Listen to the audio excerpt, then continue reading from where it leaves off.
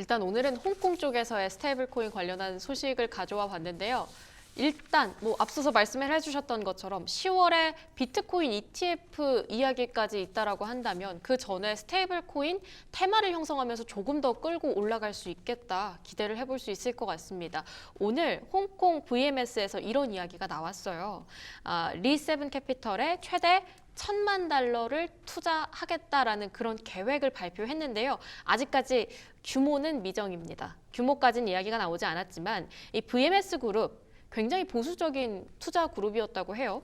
홍콩 부유층이 대부분의 고객이기 때문에 무위험 수익을 추구하는 패밀리 그런 오피스니까. 네, 맞아요. 전략을 취해왔다고 합니다. 그래서 과거에는 비상장 기업에 투자를 한다거나 아니면 장기적인 투자 전략을 꾀했다고 하는데 갑자기 비트코인? 이쪽 관련한다고? 좀 물음표가 들 수 있을 것 같습니다.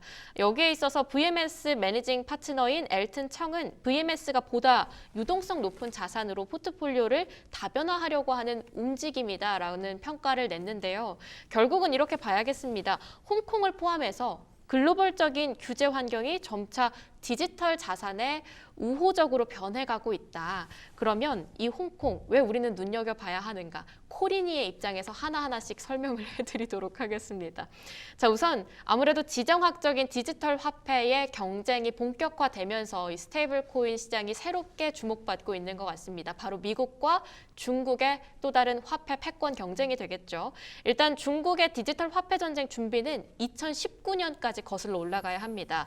페이스북, 현재는 메타라고 불리는데 글로벌 디지털 화폐 프로젝트인 리브라를 당시 발표를 했다고 해요. 이게 중국에 있어서는 통화 질서에 대한 위협으로 간주됐다라고 하는데요. 당시 이 리브라 전 세계 누구나 다 사용할 수 있는 디지털 글로벌 통화였다고 합니다. 블록체인을 기반으로 하고 있고요. 지금과 동일한 스테이블 코인의 구조를 가지고 있었다고 하는데 이때 당시에는 미국 의회에서 굉장히 반대했다고 합니다. 기축 통화에 위협이 된다라고 말이죠.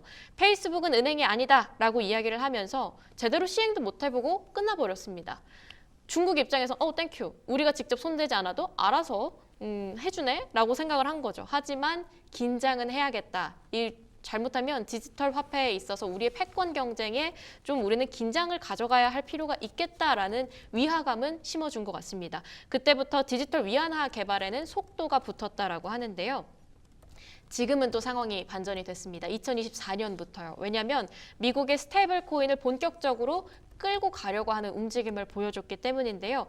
트럼프 대통령 USDT, USDC 이런 민간 스테이블 코인의 지지 입장을 명백하게 표명을 했습니다. 또 미국 의회에서도 이번에 지니어스 액트처럼 스테이블 코인 관련한 법안 제정에 속도를 내고 있는 상황이죠.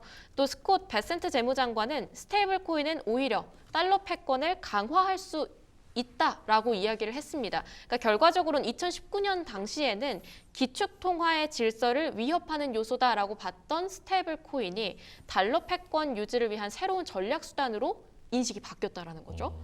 자, 여기에 있어서 중국은 조금 더 위기감이 고조가 됩니다. 달러 의존도가 강해질 수 있을 것이고 그러면 위안화에 대한 이탈 고민을 해봐야겠습니다. 자, 그 다음 장을 한번 넘어가 보도록 할 텐데 그럼 이제 중국은 긴장감이 올라왔다 입니다. 일단 그러면 중국의 디지털 위안화로 하면 되지 왜 굳이 홍콩을 끌어들여? 라는 물음표가 붙으신 분들 계실 것 같은데요.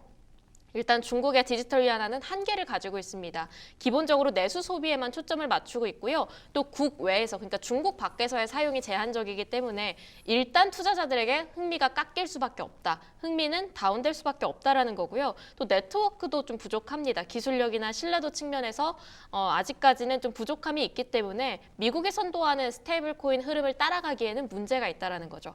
거기에 대한 대응책 홍콩이 되겠습니다. 또 미국과 직접적으로 부딪히지 않아도 되기 때문에 어찌 보면 완충지대의 역할도 할 수 있겠죠. 그럼 왜 홍콩인가? 이거를 봐야 되겠죠. 일단 낮은 수수료, 높은 편의성을 홍콩 시장은 가지고 있다라고 하고요. 중국 본토 수출업체들과의 연계성이 굉장히 용이하다고 합니다. 저희 아까도 직접 통제 못하면 어떡하지? 그림자 시장이 형성되면 어떡하지? 라는 걸 중국이 걱정을 했기 때문에 이런 부분에 있어서는 홍콩이 또 다른 대안책이 될 수 있다는 거고요. 또 홍콩 달러는 기본적으로 고정 환율로 달러 패그를 두고 있기 때문에 국제적인 신뢰도도 좀 끌고 갈 수 있다라는 거, 이렇게 세 가지 용이성을 가지고 있다라고 봐야겠습니다. 홍콩도 실질적으로 계속 움직이고 있어요. 이번에 라이선스를 받은 거래소가 11개 정도 되는데 꾸준하게 증가하고 있고요. 비트코인 또 기타 암호화폐 거래도 점차 활성화되고 있는 추세입니다. 또 8월부터는 홍콩의 스테이블 코인 규제가 정식적으로 발효될 예정이라고 해요. 그러니까 규제가 들어간다고 한다면 그 시장은 더욱더 활성화, 안전화된 상황에서 활성화될 수 있겠죠. 이런 것들 여러 가지를 고려해 봤을 때 왜 중국은 홍콩에 눈을 두고 있고 왜 미국과 함께 이런 달러 패권 그리고 나아가서 디지털 화폐 패권 경쟁을 두고 있는가 이야기 한번 짚어봤습니다.